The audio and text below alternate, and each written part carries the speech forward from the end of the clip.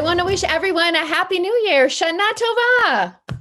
No, you don't have it wrong. This isn't a rerun of a past sermon. This Shabbat, we actually do celebrate a new year of a kind. We are exactly 1 year out from the big shutdown from the coronavirus. And next week, we will be focusing our Shabbat observance on that anniversary. In addition to that milestone, this Sunday is Rosh Chodesh Nisan, the first day of the first month of the Jewish New Year, of the Jewish year. Consequently, this Shabbat is called Shabbat HaChodesh, which means the Shabbat of the month, because it celebrates this first month of Nisan. But probably more relevant for us, it's a reminder that there are just 2 weeks left until Seder, but don't get too stressed out. There's still time. In the Jewish calendar, we actually have 4 New Years, which might sound sort of strange at first. The Mishnah teaches the first of Nisan, the new year for kings and for festivals, the first of Elul, the new year for the tithing of animals, the first of Tishrei, the new year for the counting of years. That's when we celebrate Rosh Hashanah. And then there's a dispute about the new year for trees. Ultimately, it's decided that we celebrate on the 15th of Shvat or Tu B'Shvat.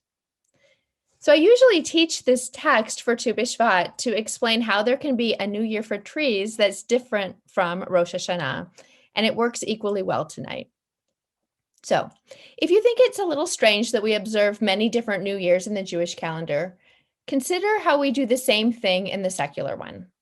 We've got January 1st as our new year for counting years, this year, 2021. We've got our birthdays for how we count our own years of life. We've got the academic year for counting what grade we're in. We've got a tax year. We've got anniversaries. You understand. But this new year, the counting of the reign of kings and for festivals is special because it is the first month of the year, and that is because of Passover. Passover is the moment which defines us as a people, the exodus from Egypt, celebrating our freedom and ultimately leading us to Mount Sinai, to God, to Torah, to the Promised Land.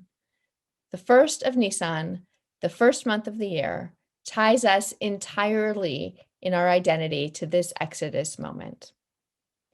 So, what do we do on a new year? On Rosh Hashanah, it's a time to take stock of our lives and look back on the year that has passed. It's also a day of judgment and the beginning of the 10 days of awe in which we ask forgiveness of those we've wronged. Looking back over 2020, well, it's been a tough year to be sure. So as I mentioned, next Shabbat, we will gather to commemorate the 2020 year that has passed. So watch your email for ways to contribute pictures, as well as answers to questions like, what did you learn from the pandemic and how did you grow from it? And we will use them next week. Back to the New Year's. Rosh Hashanah is a time to take stock. On January 1st, well, it's a little different. We make resolutions for the year ahead. Exercise more, lose weight, eat healthy, spend more time with family, organize your house, work on your Hebrew, study more Torah. Okay, those are my resolutions, but we all have them. It's a time that we take to focus on bettering ourselves. It's not really that different from Rosh Hashanah, but one is in a Jewish context and the other isn't. So, what are we supposed to do on this new year? A new year that most of us don't observe because counting the reign of royalty is not terribly relevant to our lives. And in terms of Shabbat HaChodesh, our emphasis is on Passover that's coming soon, not the reality of the new month. So let's look at the Torah. This week, we have a double portion called Vayakel Pekudei, which concludes the book of Exodus. And unless you have a mathematical mind, which I absolutely do not have, it's a challenging portion to navigate because it is basically an accounting of the materials used in the building of the tabernacle in the wilderness. This tabernacle is lavish.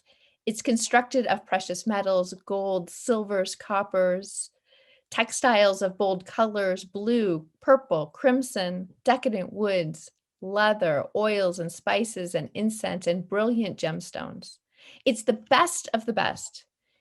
Even to our modern sensibilities, it's hard to imagine quite how extravagant, how luxurious it really was, especially upon learning that the ark was to be overlaid with gold both on the outside and on the inside. But why? Why would you put gold on the inside where nobody's going to see it? It's sort of like decorating your closets or your garage before your garage became your outdoor living room. It just sort of seems a little unusual. But one of my colleagues, Rabbi Mary Zamar, pointed out an interpretation that suggests something different.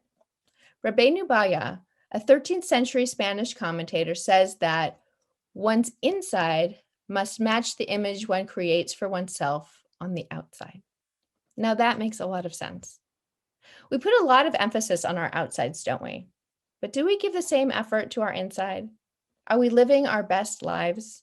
Are we creating balance? Are we ethical in our choices?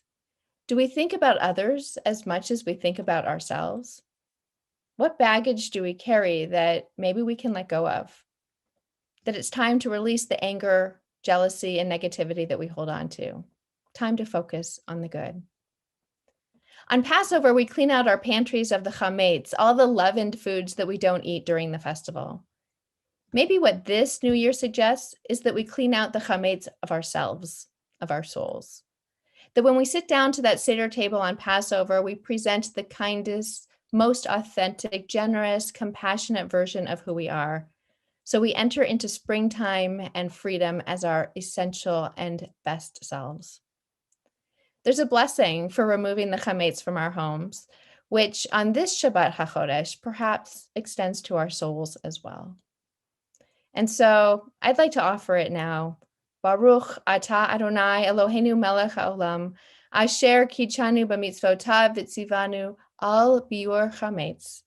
Blessed are you, Adonai our God, ruler of the universe, who makes us holy through the commandments and calls us to remove the chametz from our homes and from our hearts, so that we will all shine brilliantly, beautifully, radiantly, luminously from the inside out.